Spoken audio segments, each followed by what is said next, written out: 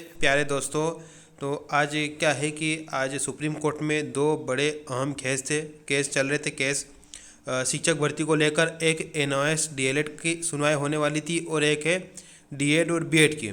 अब देखिए, आपको मैं क्लियर कर देना चाहता हूं कि एनओएस डीएलएड की जो वैधता को जो चुनौती दी गई है, या तो उसको पूरी तरह से ये नहीं कहा जाता है, वो उत्तराखंड सरकार गई है एनओएस डीएलएड को लेकर। उनका कुछ पॉइंट और है, उनकी जो भर्ती चल रही थी तो वो सुनवाई नहीं हुई। तो उस पर मैं ज़्यादा अभी बात नहीं करूँगा कि केस क्या था। जब सुनवाई होगी तो मैं आपको उसके बारे में जानकारी दूंगा।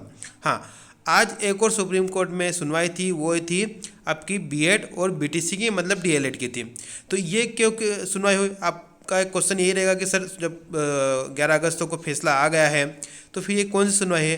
तो मैं आपको यहाँ बता देना चाहता हूँ कि बिहार सरकार बीएड वालों को शामिल करवाने के लिए सुप्रीम कोर्ट गई थी। और सुप्रीम कोर्ट में बिहार सरकार की तरफ से याचिका लगी थी और उनका एक पॉइंट ये था कि हमारी भर्ती पहले से चल रही है, नोटिफिकेशन पहले से आया है और उस नोटिफिकेशन के हिसाब से बीएड कैंडिडेट एलिजिबल होना चाहिए। तो ये पॉइंट उनके हिसाब से वो गई थी। अब जिस बेंच में गई थी दोस्तों, वो वही बेंच है जिस बेंच ने, जहाँ पर माननीय जज जो थे उन्होंने ही फैसला सुनाया था डीएड बीएड को 11 अगस्त को लेकर। तो ये याचिका लेकर वो गए थे। तो यहाँ पर कुछ नहीं हुआ है। देखिए, यहाँ पर जज साहब की तरफ से इस केस को अभी डिसमिस कर दिया गया है। उन्होंने कहा है कि जो फैसला है, फैसला को एक तरह से तो जारी रखा है।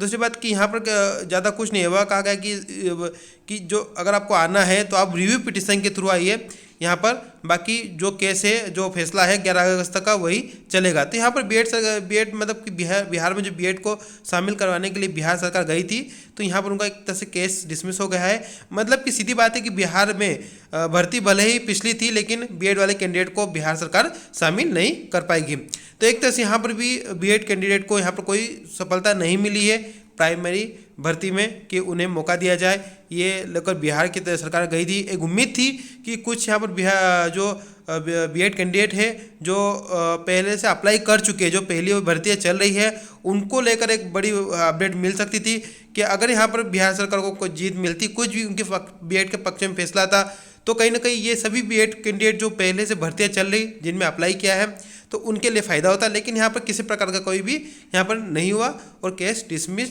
हो गया है।